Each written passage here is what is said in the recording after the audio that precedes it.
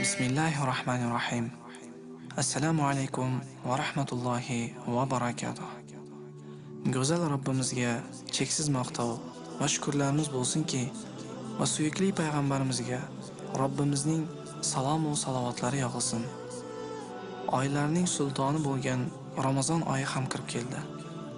Hammamizga ma'lumki, bu oylarda ajoyib voqealar sodir bo'lib turadi. Mana bugun ham bir ajoyib voqeani so'zlab bermoqchiman.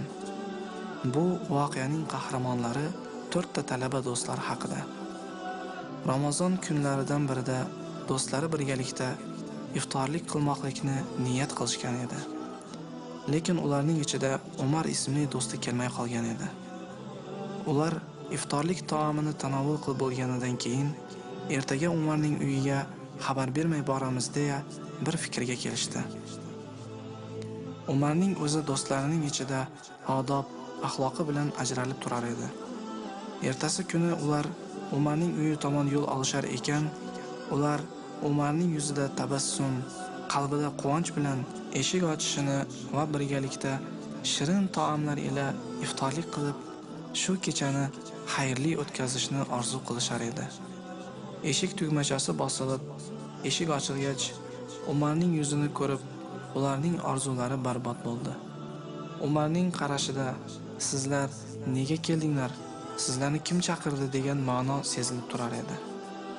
Bu noqulay vaziyatni tuzatish niyatida bo'lgan bir do'sti "Uylaringizdan bir shirin taomning hidi kelyapti-ku" dedi. Shu paytda Umarning onasi paydo bo'ldi. Onasini ko'rgan Umar uyalgan va qisilgan holatda aytdiki, "Onajon, bu mening do'stlarim. Ular bizlarni yo'qlab iftorlik qilishgani kelishibdi." Onasi ularni hurmat va ehtirom bilan uyga taklif qildi. Uyga kirgan do'stlari ne ko'z bilan ko'rsinki, xonada eski gilam, gilamning ustida xontaxta o'rniga oddiy taxta, taxtaning ustida bir laganchada makaron va burda nonlardan o'zga hech narsa yo'q edi. Atrofida esa 2 yosh bolacha o'tirar edi. Mehmonlarni ko'rgan bolakaylar har tarafga qochib ketishgan edi. Balki ular ustidagi eski va yirtiq kiyimlaridan uyalishar edi. Iftorlik vaqti ham kirib keldi. Rozador do'stlari kelganidan pushaymon bo'lib, har bir yutgan luqmasi go'yoki tomoqlarni qirib o'tayotganday edi. "Nima qilib qo'ydik? Nega keldik? Kerak emas edi" kabi iboralar xayollarini tark etmasdi. Lekin kech edi. Umarning onasi yana bir bora mehmonlarning ko'nglini olish uchun "Aslida men qiyma olib bugun shirin taom pishirmoqchi edim, lekin vaqt yo'qligidan ulgura olmadim" deb o'z holini bayon etdi. Buni eshitgan bolakay "Nahotki bizning uyimizda shu narsalar bo'lsa-ya" deb yugurib borib muzlatgichni ochib qaradi. Ammo hech narsa topmagach, eshikni g'azablangan holda yopdi-da, dasturxonga qaytib, ko'z yoshlari bilan onasiga qaradi. Bu kechada sodir bo'lgan voqealar do'stlarining xayollaridan chiqmasdi.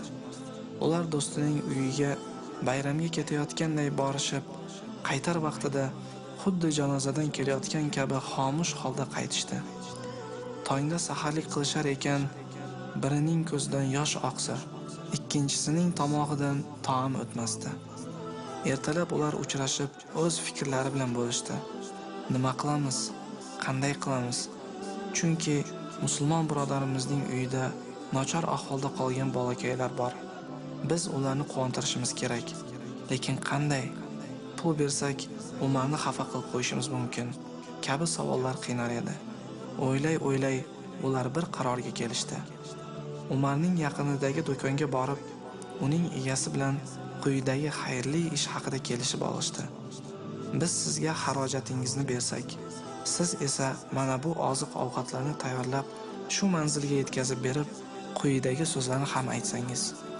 Bu Ramazon oyining sharofatiga berilayotgan hadiyadir."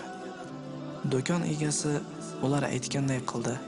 Ertasiga esa Umar o'qishga xursand holda kirib kelib, "Biz kecha noqulay vaziyatda qoldik. Oyijonim hech narsa tayyorlab ulgurmagan edi. Ertaga iftorlikka kelinglar. Biz sizlarni yaxshilab kutib olamiz" dedi. Umar aytganday, ular belgilangan vaqtda kelishdilar. Oldilaridan chehrasi ochiq bolalar yugurib chiqishdi. Oyijonim bugun mazali taomlar va shirinliklar pishirib qo'ydi. Marhamat, kiringlar, birga iftorlik qilamiz deya to'kin dasturxonga taklif qilishdi. Aziz do'stu birodarlar, suyukli opa-singillarim, albatta Ramazon oyi yaxshilik oyidir. Shunday ekan, yaxshilik qilishga shoshilaylik.